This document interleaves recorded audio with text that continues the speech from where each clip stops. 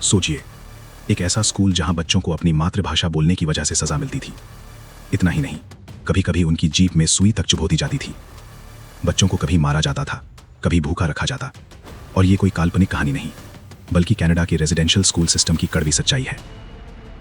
1883 से 1996 के बीच कनाडा सरकार ने चर्चों के साथ मिलकर ऐसा सिस्टम बनाया जिसमें कम से कम 1.5 लाख फर्स्ट नेशंस, इनुइट और मेटिस बच्चों को उनके परिवारों से जबरन अलग कर दिया गया। पूरे देश में करीब 139 रेजिडेंशियल स्कूल चलाए गए, जिनमें से 64 यानी लगभग 46% कैथोलिक चर्च के नियंत्रण में थे।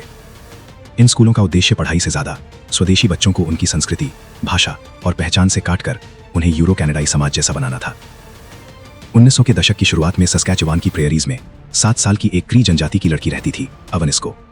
वो अपने परिवार के साथ अपनी पारंपरिक जमीन पर रहती थी, लेकिन एक दिन घुड़सवार पुलिस उनके कैंप में पहुंची और नए कानून के तहत उसे जबरदस्ती रेजिडेंशियल स्कूल भेज दिया गया। उसके पिता के सामने ही उसे वैगन में बैठाकर दूर ले जाया गया। स्कूल पहुंचते ही उसकी चोटियां काट दी गईं, कपड़े जला दिए गए और कहा गया कि अब उसका नाम अवनिस्को नहीं, मैरी एग्नेस है। डॉर्मेट्री में दर्जनों लड़कियां लोहे के बेड पर सोती थीं और सबसे सख्त नियम था, क्री भाषा बोलना मना है। अगर कोई बच्चा अपनी भाषा में बोलता पकड़ा जाता तो उसे सजा मिलती, और कई बार नन चेतावनी देने के लिए जीभ में सुई तक चुभो देती थी। बच्चों को कम या खराब खाना मिलता। ठंडी और भीड़भाड़ वाली इमारतों में टीबी और निमोनिया तेजी से फैलते थे, और रिपोर्टों के अनुसार इन स्कूलों में टीबी से मौत की दर आम आबादी से करीब 5 गुना ज्यादा थी। अवनिस्को सिर्फ 2 सर्दियां ही झेल पाई। भूख, ठंड और बीमारी से कमजोर होकर एक सर्दी में निमोनिया से उसकी मौत हो गई। उसे स्कूल की जमीन में बिना नाम वाली कब्र में दफना दिया गया। कई बार बच्चों की मौत की खबर उनके परिवारों तक भी नहीं पहुंचाई जाती थी। 2021 में कमलोप से शुरू होकर कनाडा के कई पुराने स्कूलों की जमीन पर सैकड़ों, शायद हजारों बिना निशान वाली कब्रें मिली।